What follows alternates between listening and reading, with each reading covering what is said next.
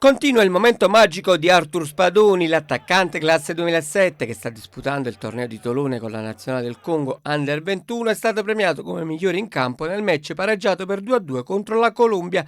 La punta, giunta da Avellino dal Torino nello scorso mese di gennaio, ha fornito 2 assist per le reti dei compagni di squadra Gabi Vittiaoca. Per lui, con la primavera di Giuliano Capobianco e Gigi Molino, 7 gol in 15 presenze e 1286 minuti di gioco, risultando fondamentale nella corsa playoff dei Lupacchiotti, che sono stati grandi protagonisti in un girone di ferro vinto dall'Empoli. Spadoni, nel corso dell'ultima stagione, è stato convocato diverse volte in prima squadra da Davide Ballardini, che insieme al Drago ha apprezzato le doti del calciatore arrivato dai Granata. La proprietà e il DS Maria Iello sono al lavoro per il riscatto del centravanti, cifra fissata a 50.000 euro. Nella prossima stagione Spadoni farà la spolla tra la primavera e la prima squadra, infatti l'Avellino ha deciso che la punta si alternerà con il gruppo di Nesta insieme a qualche altro ragazzo della rosa dei Lupacchiotti.